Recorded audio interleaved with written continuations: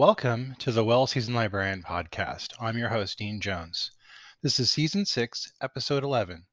Today I'm speaking with author, chef, and world-class fiddler, Susi Gott Séguret. Susi Gott hails from Madison County, North Carolina, in the heart of the Blue Ridge Mountains. A certified culinary professional and certified specialist in wine with a diploma in Gastronomy and Taste from the Cordon Bleu and the Université de Reims, passionate about elements of taste and style and how they extend to our palates into our daily lives, she strives to blend food, music, words, and images into the tapestry of our senses, where she shares generously with all who cross her path. Séguret is the author of Appalachian Appetite, Recipes from the Heart of America, Child of the Woods, an Appalachian Odyssey, Cooking with Truffles, a Chef's Guide, and Chef's Book of Favorite Culinary Quotations, an inspired collection for those who love to cook and those who love to eat. I had a lovely time talking with Susi, and I can't wait to share this conversation with you right now. Welcome to the Well-Seasoned Librarian podcast. Today, I am very honored to have on our program Susi Gott Séguret, author, chef, fiddler, forager, who hails from Madison County, North Carolina, in the heart of the Blue Ridge Mountains.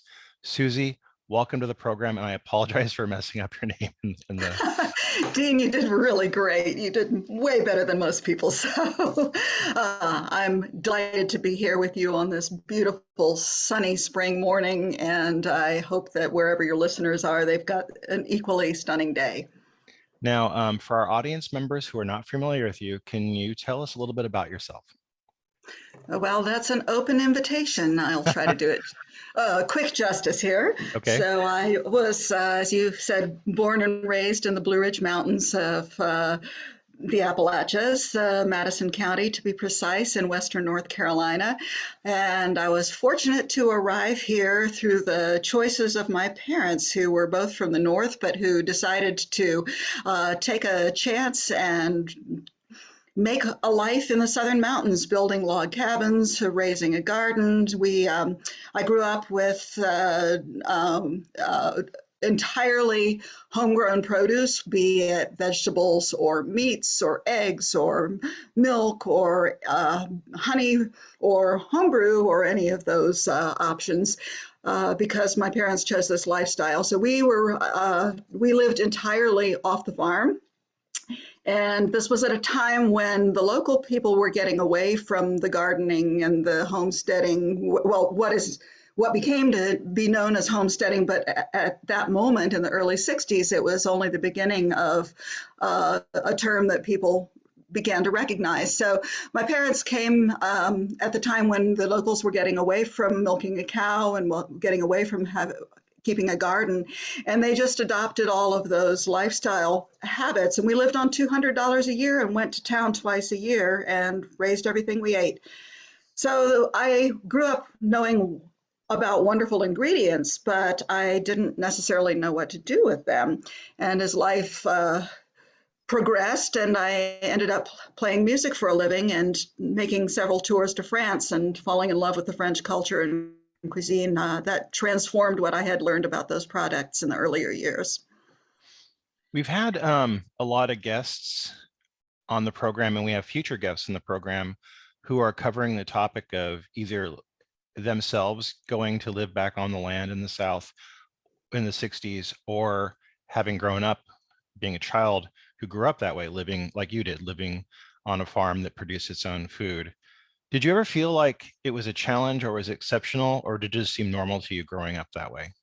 Well, it was what I knew. So for me, it was absolutely normal. I was born into it. I was one of the lucky ones. So for me, it was not my choice, but it's a choice that I have made again, as I spent 20 years in France, touring around and playing in music, and decided to come back to this lifestyle that nourished me from the outset.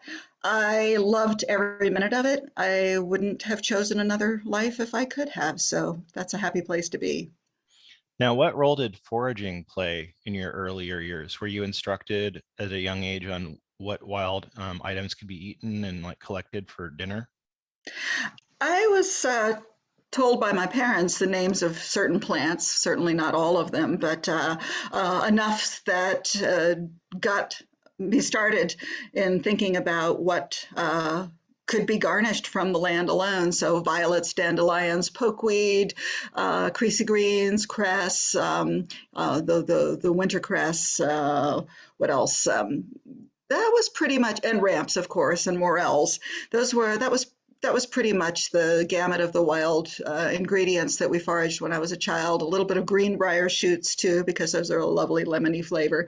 And then when I went to college, I majored in environmental studies because that was what was interesting to me, and I wanted to be able to tell my children what all these plants were that were around them. So that enriched the database in my head. And of course, after 20 years of living in France, where the plants are different, but I was always curious to know what was similar to the plants I was familiar with and what could be used in recipes that would not shock people too much, but would also be delicious.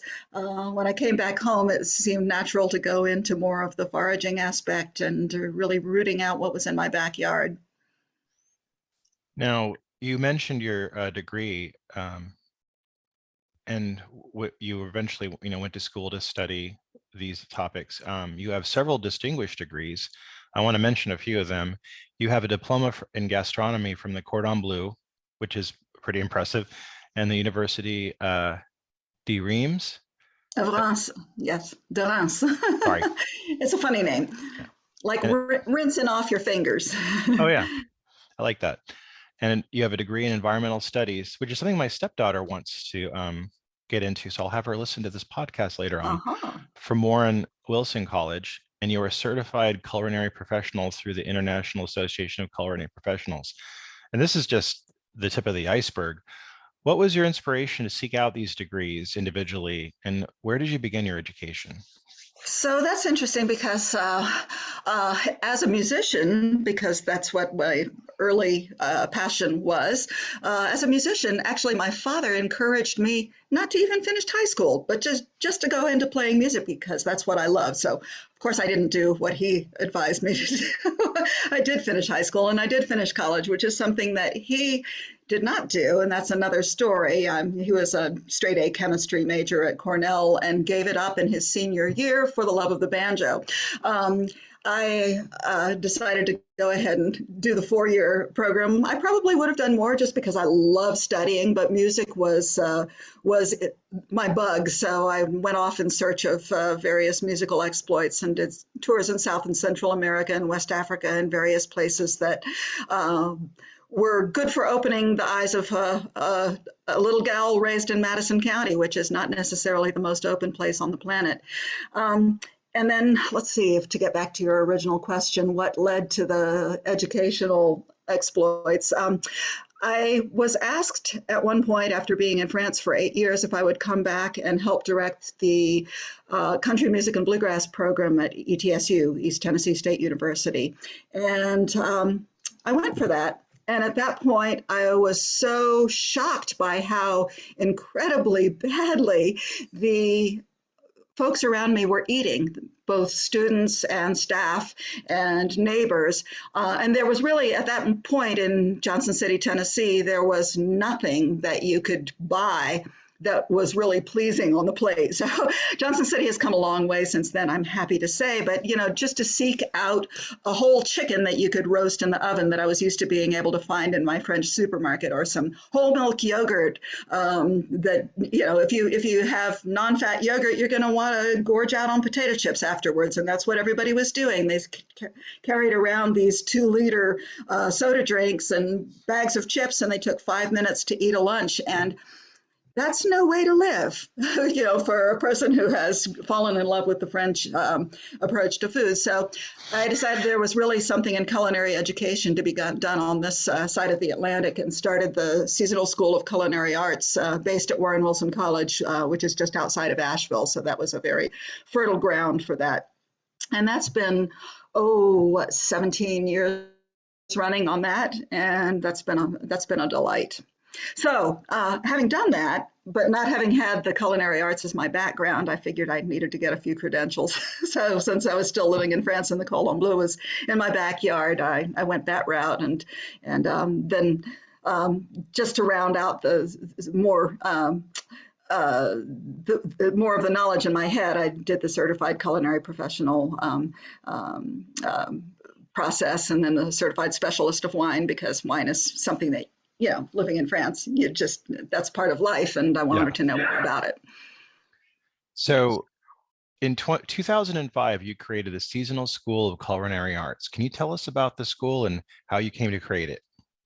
So yes, I told you the inspiration was the realization that stateside there was still a lot of work to be done. Assumptions that one makes in one country don't necessarily carry over to another country, and the whole concept, which has been largely developed since that time. The farm to table concept has received a lot of press since then, but at that point it was still really a new idea to people. Michael Pollan and Alice Waters and those visionaries that have changed the way a lot of people think about eating now were just starting to be recognized.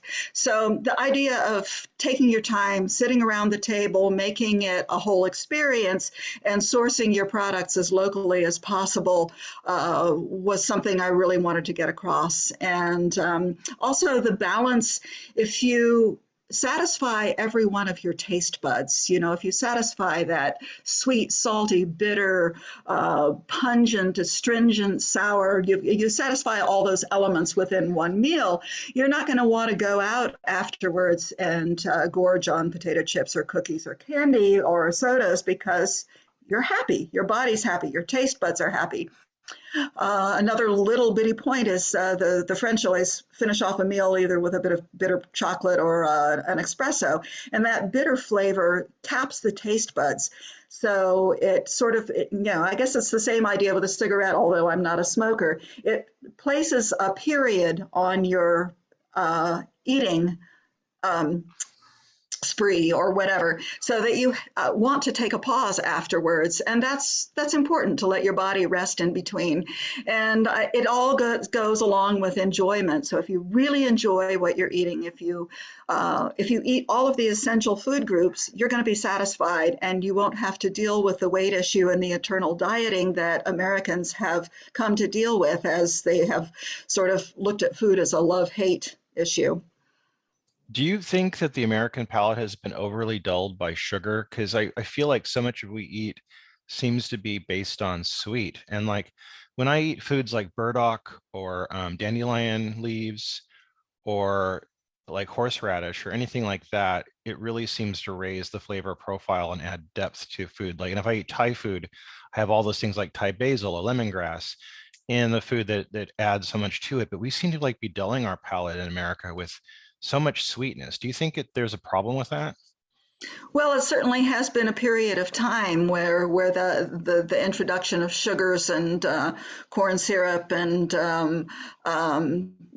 starch into the diet has kind of captivated the palate for way longer than I think it should have. But I think we're getting away from that. I hope we are. Even when I go to my local supermarket, I think I see more people who look like they are paying attention to what they eat. And it is a hopeful time in our life. And with the explosion of craft beers, I would have to say, and the popularity of IPA, which is quite a bitter beer, I find that hopeful, in that the American palate is adopting bitterness as a welcome ingredient, and perhaps going to shy away from the ultra sweet that has been our reference for far too long. You created a program called the Appalachian Culinary Experience. This is a foraging class where you also eat what you find, and it's an interactive experience. Can we talk about that? Because I'm very excited to hear about that. Sure. So I have people come out once a month during the period of time when the woods are alive, which is basically from March through October or November. And we go we meet up at 2 in the afternoon and go out in the woods for a couple of hours. And right now, I'm really excited because at this moment, March, as we are speaking, it is the season of ramps, and morels are going to be popping out any day if we have a couple more warm days in a row. The dandelions, the violets, the chickweed. There's so much to be gathered in just an hour or two's outing. So we do that. We bring back our baskets full, and then we come into my kitchen with the wood stove, and we cook up whatever we have found, augmented by whatever I might have in store, just in case we don't find anything interesting, because you never know from month to month, depending on the weather and the climate change, which does affect when things come out. You never know what you're going to find. So we have a couple of hours of hands-on in the kitchen culinary work, and then we sit down to enjoy a multi-course meal paired with wines and stories and song and whatever is inspired by the moment. Now, you're both an expert on wine and you do a lot of foraging. Do you ever make your own wine? I have not yet. I'm interested in that, of course, but there are only so many things you can do with one lifetime, and there are so many other people who are experts at that I will concentrate for the moment on things that I can't find elsewhere. I was just thinking about my grandmother, who every spring would go out and collect all the dandelion heads and make dandelion wine with it when I was a kid. That was probably a relatively sweet wine, wasn't it? I never got a chance to try it. They never let me have any, but it looked like it would be pretty sweet. So a good nightcap, perhaps. Yeah. In addition to all this we've been talking about, we touched on the wine, and you're a certified specialist in wine. How did this come about for you? Was this when you were living in France? No, this is after I came back to the States. It's just something I'm passionate about and always trying to learn more as life goes on, because there's so much to know and so much to impart, and that seemed to make sense at this juncture. Do you have any favorite regions of wine? Because I know that we talk about France a lot, and then we, of course, now we're talking about Napa Valley all the time, but people are producing wine over the world. Do you have any standouts that you've tried? Well, there is so much. It's mind-boggling. So one of my dreams is to own a wine store at some point. I've got the bones of that going. And I would also, if time permitted, I would love to become a sommelier, but that requires years and years of tasting to really, really hone the recognition on the palate, which I would love to do. But there is so much out there. There's so much wine to taste that we can't necessarily be everywhere. And so my experience has been limited by the places I've traveled and the wines I've been able to pick up and afford. I must add that. Particularly, everybody has preferences. I love the tannic wines of the southwest of France. Of course, I love the Bordeaux. I love Shiraz and Malbec and the wines that pair well with a heavy, meaty dish. I also really love the Sauvignon Blanc of the Loire Valley of France, and various other areas as well. Now, New Zealand is producing some really wonderful Sauvignon, and so that's a much lighter wine, but it's also a very alive. It's a very alive wine in the glass. I find it wakes up the palate, and it pairs well with vegetables and asparagus and the things that are more difficult to pair perhaps with red wines. So these are a couple of my favorites, but I really love it all. Now, there's not a wine that is not my friend, except maybe Two Buck Chuck. I don't really go there. I don't recommend that one. Now, staying with the topic of wine, you created a series of ultra elegant wine dinners known as the Asheville Wine Experience. It's a gustatory extravaganza. Can you tell us about these events and how they got started?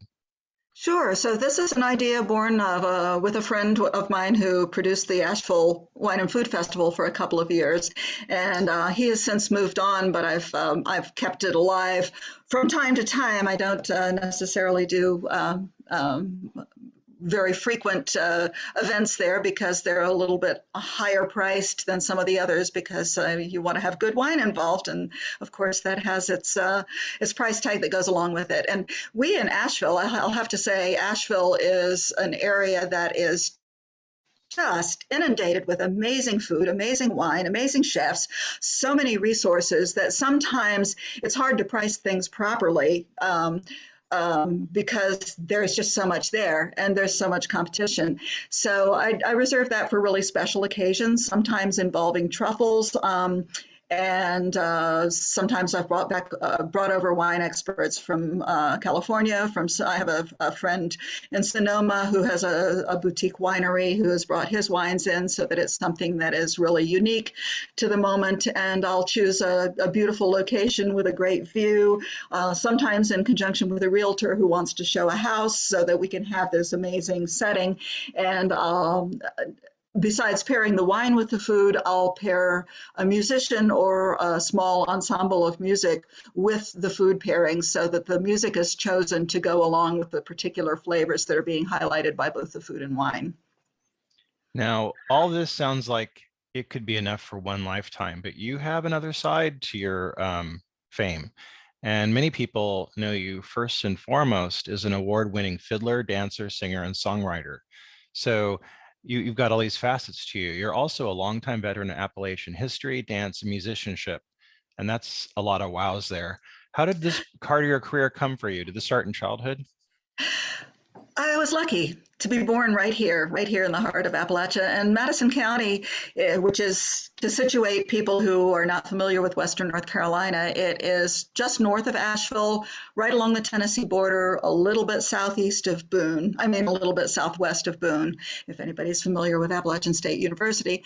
And it is an area where Cecil Sharp, who was a folk song collector from England, came in 1916 and recorded, well, not recorded because at the time it was more writing things down. He wrote down ballads that were sung by Madison County singers because so many people had immigrated here from Scotland and Ireland over the years. And when he started collecting folk songs in England, the people didn't remember them anymore. And somehow he got a tip that people in Western North Carolina still sang these songs. And he came here and he has a huge collection of folk songs and ballads that is referential the world around. And as I said, a large majority were recorded in Madison County. There have also been a number of ballad singers who have been recorded on Folkways and Rounder Records and various other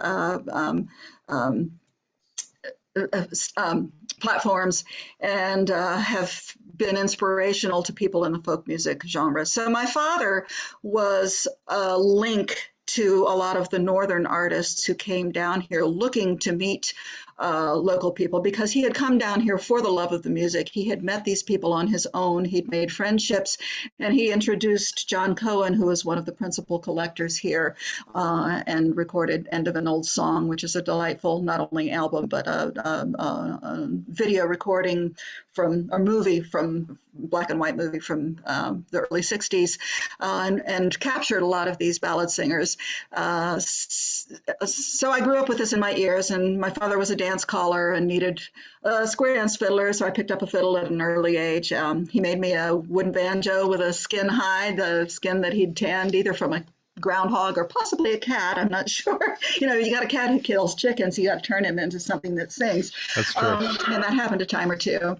So I started out with a banjo and the fiddle, and then ended up touring around the States with a bluegrass group that was also accompanying Mac Wiseman and part of the Masters of Bluegrass tour with Bill Monroe and Jim and Jesse and Ralph Stanley at the time, which was it was great bones to ingest. And then I ended up moving to France for 20 years and playing with French musicians around there and recording and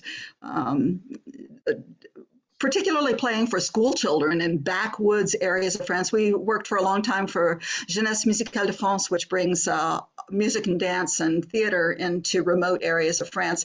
And the most amazing thing about that, besides playing for between 500 and 1,500 school children a day in all kinds of places that most tourists don't get to travel and most French people don't even get to travel. The most amazing thing was being able to eat my way around France and taste the local produce in each of those Oh, regions and yeah. then come home and try to reproduce that in my kitchen.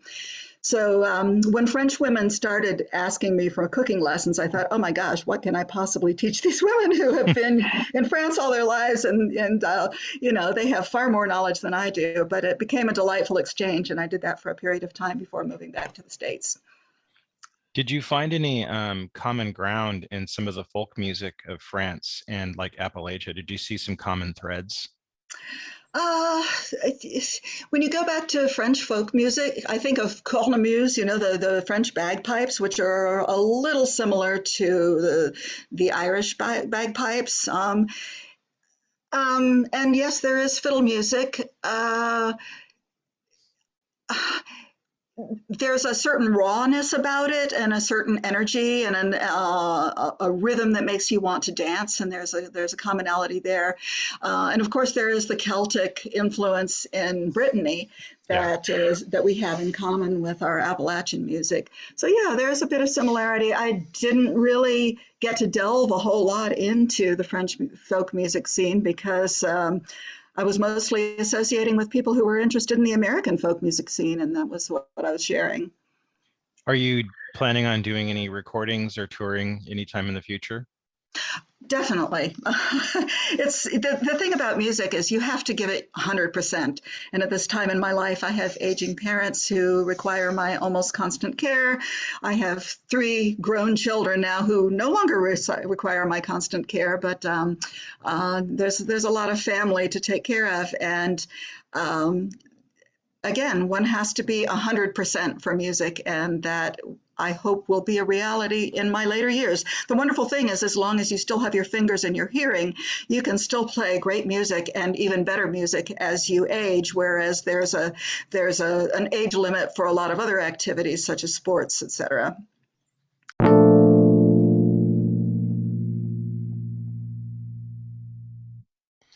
This episode of the Well-Seasoned Librarian podcast is sponsored by the Culinary Historians of Northern California, a Bay Area educational group dedicated to the study of food, drink, and culture in human history. To learn more about this organization and their work, please visit the website at www.chnorcal.org.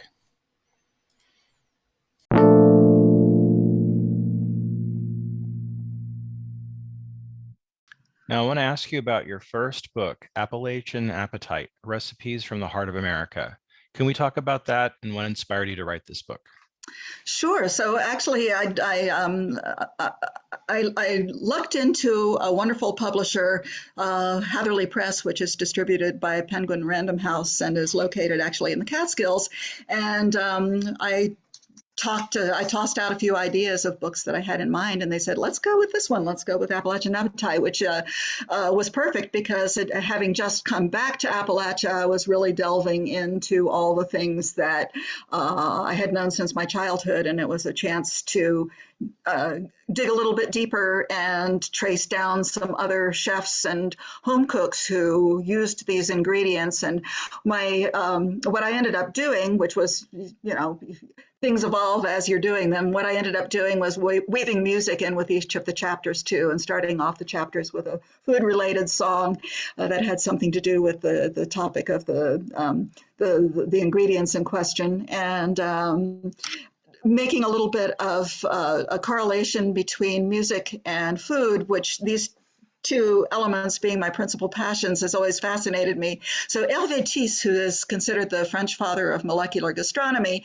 after he got molecular gastronomy going and other people adopted it and started taking it in directions that he didn't necessarily envision from the beginning, he moved on to create what he calls la cuisine note à note, which is note-by-note cooking, which equates flavors with musical notes. So if you isolate various flavors, you compare them to musical notes, and you combine those flavors as you would combine musical notes to make a chord, and then you combine the flavors into a dish as you would combine the chords into a song, the dish into a banquet as you would combine various musical interludes into a symphony. There is an equation going on there, and it's delightful to think about how you can take apart those elements and how you can bring them all together, particularly in pairing pieces of music with a meal when thinking about the flavor elements as we do in the Asheville Wine Experience. Did you, what kind of feedback did you receive about this book? Well, this is really funny. I will just tell you an incident from the other day. I met a woman who had picked up this book, and she prepared a couple of recipes from it and brought them to me to taste. And one of them was the most unlikely recipe. It was possum pate. Okay, so possum, you got to have a possum first. A possum has 9 lives. It is not easy to kill. This woman went after it with her bow and arrow, and she did the whole 9 yards, and it was beautiful. So, you know, I had chickens, and the possums were forever in the hen house eating the eggs. So I had to figure out what to do with the possums, and that was my segue. But I really didn't expect a whole lot of people to reproduce that particular recipe. That is the most out there recipe in the book. The others, to reassure your listeners, are much more have much more accessible ingredients. So what I tried to do for that book is represent the whole Appalachian chain from Mississippi to Maine, largely. And at the time I was writing, my son was hiking the Appalachian Trail, so it was fun sort of following his progress and thinking about what was growing in the various states at the moments that he was hiking through. Now, your second book was Child of the Woods, an Appalachian Odyssey. Can we talk about this book and how you came to write it? Sure. So Child of the Woods, I wrote early on, actually 20 to 25 years before it came to fruition. And it was a collection of short stories of just short interludes of what it was like growing up as a youngster with my face almost on the ground, wandering around in the woods. And my parents gave me an amazing amount of freedom. They just would set me loose with a picnic, and I'd go out with a dog and wander around the woods all day, and until I was old enough to be harnessed to shell peas and string beans and all those things. I was given that kind of liberty, and I never worried about whether I might fall off a cliff or step on a snake or end up rolling in a bee's nest, which, you know, sometimes the bee's nests happen, and you know, I'd pick up snakes, and fortunately was never impaled by anything more than a barbed wire fence.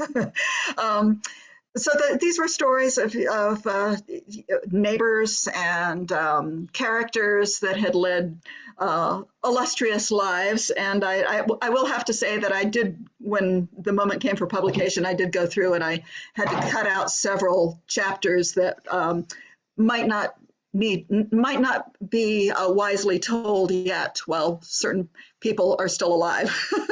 So if you want any of the juicier chapters, you're going to have to come to me and sit over a bottle of wine. You see maybe a part 2 coming in at some point after people die? Might have to be a long time after people die. I want to keep alive. Fair enough. There's always that possibility. Now, your most recent book is Cooking with Truffles, a chef's guide. Can we talk about this? And I see from you have another dinner that you do that deals all in truffles. So is this something that is a regional thing, that you're getting regional truffles?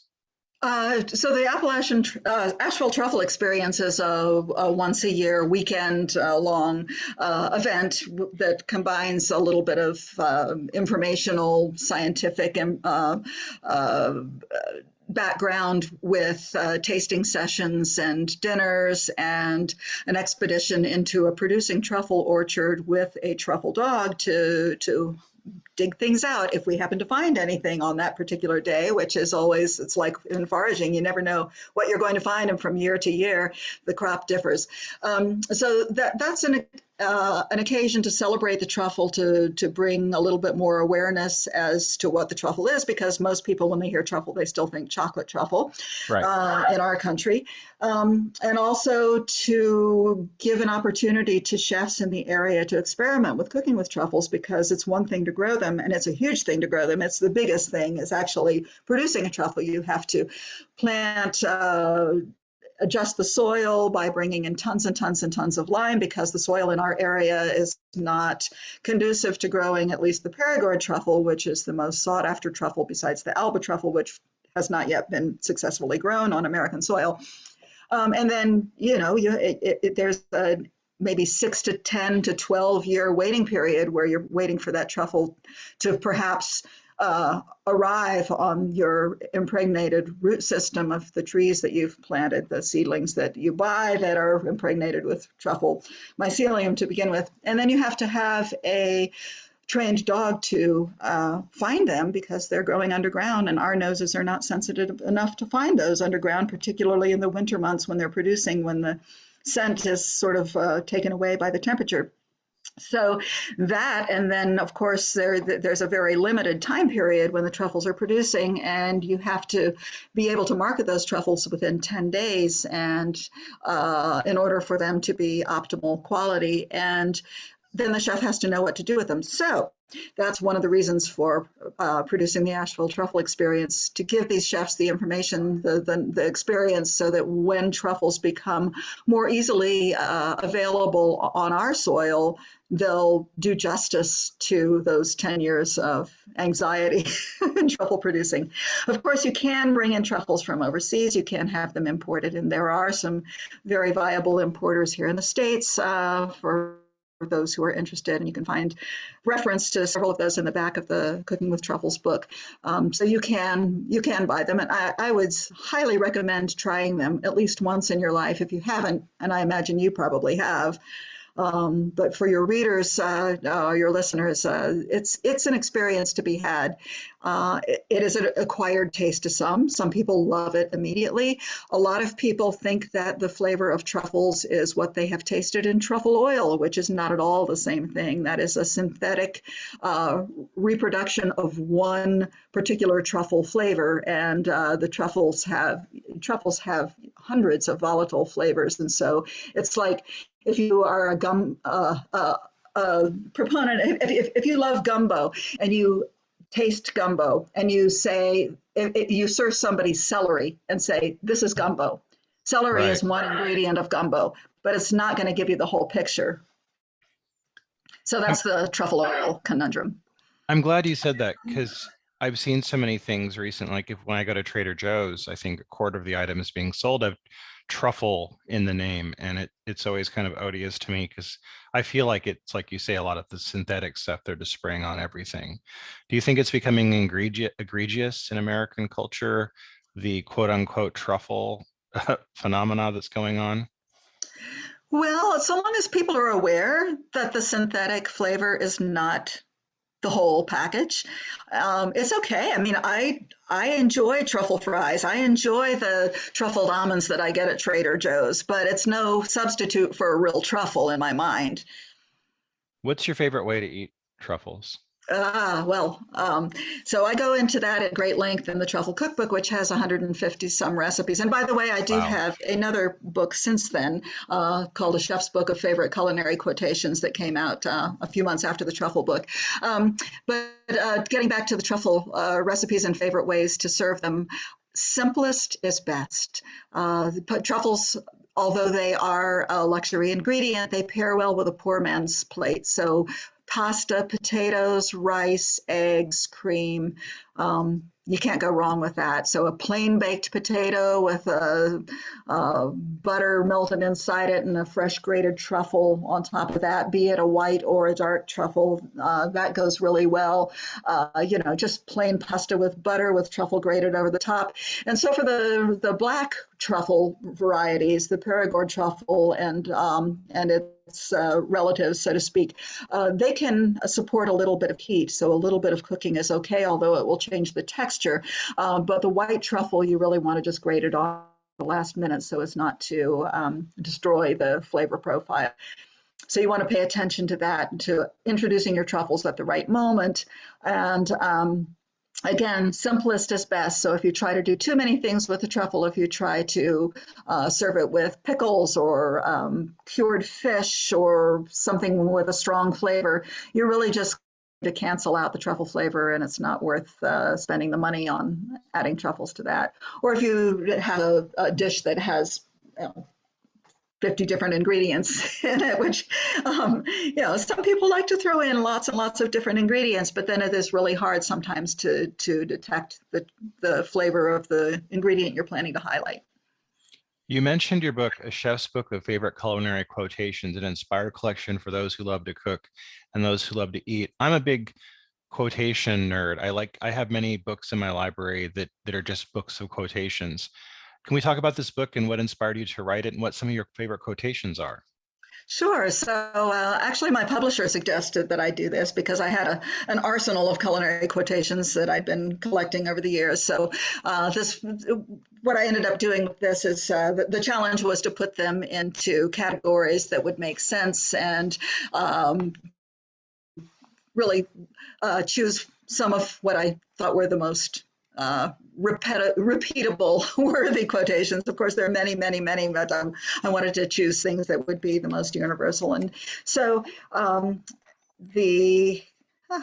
looking it up here, the table of contents includes subjects such as nourishment, cooking, dining, wine, community, art, spirit, knowledge, humor, essence, and love. And frankly, my favorite chapter is the humor chapter because there's so many humorous culinary quotes. We get so serious in our lives, but just little things like the only two things I don't eat for breakfast are lunch and dinner. I don't recall the source of that particular one, but I like that one. And then Irma Bombeck says, "I come from a family where gravy is considered a beverage. If it has four legs and it's not a table, eat it." That's a Cantonese saying. And let's see, Ronald Reagan said, "You can tell a lot about a fellow's character by his way of eating jelly beans." And of course, Julia Child's classic, "I think every woman should have a blowtorch." And let's see, what else have we got in here? Sophia Loren said, "Everything you see, I owe to spaghetti." So yeah, we could go on and on and on. Julia Child also said, "A party without a cake is just a meeting." So little bits of wisdom here. I love all these. There are more serious chapters, but I had fun with that one. I love that. I always enjoy quote. I have so many of them. I think that's it's a wonderful genre. And so oftentimes as a librarian, I see people love to come and get them in the reference section and kind of look through them and stuff. It's just fun to see people laugh at some of the quotations. Well, I want to ask you, I feel bad asking this question because you have so much on your plate, but what's next for you? What are you planning next? I have several cookbooks on my mind and several other books on my mind as well. So it's a matter of what my publisher decides is worthy of the moment, depending on what else is on their agenda, or whether I think about reaching out to another publisher at this point to see if I can get a few more of these ideas rolling. The challenge is always getting everything else off my plate so I can actually sit down and write, but it tends to come quickly. I enjoy the research process. I enjoy putting words down on paper. I enjoy just trying to share some of the things that have inspired passion along the way for me. And I have a couple of books that are already written that I'd like to get out there. One is this kind of the equivalent of Child of the Woods. It's a collection of stories of what it was like living in small town France when I moved to France as an outsider in a community that had not known change in many, many centuries, not just many generations, which was the case with my parents moving into Appalachia, but in France it was many, many centuries. So it was a little bit of a parallel to my parents' experience, except in the European context and old town France. And discovering, of course, the products and the pace of life there. Of course, Peter Mayle has been known for all of his A Year in Provence, et cetera, which actually was, I wrote my book before I read A Year in Provence, and then I read that and I thought, oh yeah, well, I know exactly what you're talking about. But he said it so well in his British humor that, my book has just sort of sat on the shelf since then. But, everybody's story is worth telling, whether there's an audience for it or not, that remains to be seen. That's one. I would like to take a spin on Appalachian appetite, and I've got a project to write a book called Adirondack Appetite with Adirondack recipes, and a bit of Nice. that culture thrown out because that's a place where my father has spent a lot of time, and I've been every year of my life, and I love the old camps up there and the North Woods feeling and produce and maple syrup and various ingredients that we don't necessarily find in our southern Appalachian mountains. And then I've got a project from all the years of doing the culinary school. I've collected recipes from all the chefs that have come and taught for me over the years, and I'd like to do a seasonal culinary anthology of those recipes and more. So those are a few things to begin with, and I've also got drawers full of hundreds of poems and various other things that would are fighting to see the light of day sometime. There's so much. My dad has a log building book that I would like to edit and get out there while he's still living, and he's in his mid 80s, so it's time to get that done now. Please, yes, that sounds amazing. I want to ask you one last question. I like to play music when I cook and bake and stuff in the kitchen. Do you have a playlist that you like to have when you cook in the kitchen? Oh, that's a really, really good question, and I should be able to answer that better. I love to listen to French jazz. I love to listen to bluegrass because it just, bluegrass makes you happy. I love country music. I love classical music. I love Elvis. I went into the grocery store today, and I have this fake ID, an Elvis fake ID that I pull out when people ask me if I'm old enough to buy beer because it seems like such a ridiculous question.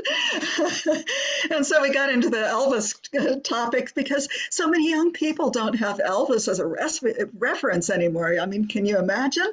Yeah. And what's it going to be next? What is going to go out of people's reference next? It's fun. It's really fun thinking about the place we are in life and what appeals to people now and what appealed to people back 20, 50, 100 years ago in all kinds of ways. So I think about this as a concept of taste. So, you have the physical taste that you experience on your taste buds, but then you also have taste as it moves outward into your daily life. Your taste in music, your taste in decoration, your taste in colors, your taste in men or women or whatever, movies.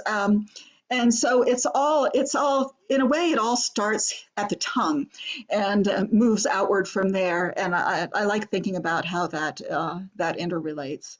And I also have to recognize at this particular moment that as we are in a very fragile state in our world, I hope that our commonalities in taste can somehow bring us back together and heal some of the wounds that are happening now. I'm totally with you on that. Well, I want to thank you, Susie, for being on the program. I really enjoyed getting a chance to talk to you. This has been really lovely. It has been a great pleasure for me, and I so look forward to delving into some of the other podcasts that you have out there. As I mentioned, I think you have Rose Levy-Berenbaum, and you have Crescent Dragon Wagon, amongst other people, and they will be appearing with me on a panel at the International Association of Culinary Professionals conference in Pittsburgh coming up in April. So we will be doing a food writers, editors, and publishers session with these two authors and a couple of others as well. And I look forward to seeing what they had to say to you as I speak to them and extract some of their magic as well. Well, they were beloved guests, and as are you. And I just really, I would love to be there to see that. That would be amazing to see all of you together. That would be the best. Well, like your podcast, that will probably be broadcast somewhere, and that might be a possibility. And I am grateful to you for doing this and for your love of books, because what a wonderful commodity that is. And in our digital world, we so often get away from the joy of holding a book in your hand and that tactile pleasure and being able to just jump into the magic of someone else's life and someone else's discovery and bring that into our own perspective. Susie, thank you for being on the program. Thank you, Dean. That was my conversation with Susi Gott Séguret.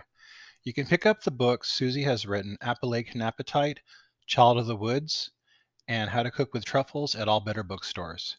We have links on the biography where you can purchase them at all major distributors. On Friday, I'll be talking with author Jonathan Kaufman, where we'll be discussing his best-selling book, Hippie Food, that was an entertaining and scholarly look at the way the 60s health movement changed the way we eat today. I really had a great time talking to Jonathan, and you're really going to enjoy my interview with him. Until Friday, I hope you all have a great week and keep cooking. Follow the Well-Seasoned Librarian podcast on Spotify and get notified when new episodes are released. You can subscribe to the podcast newsletter at the link in the bio and get updates and articles and more every week. Our podcast theme song, Talk About Love, is sung by the band Kitty Cat Fan Club. Their label, Asian Man Records, has given permission for its use. You can check them out and other bands and get an album at Asian Man Records at their website, https://asianmanrecords.com. Also, a link is on the bio. I've been getting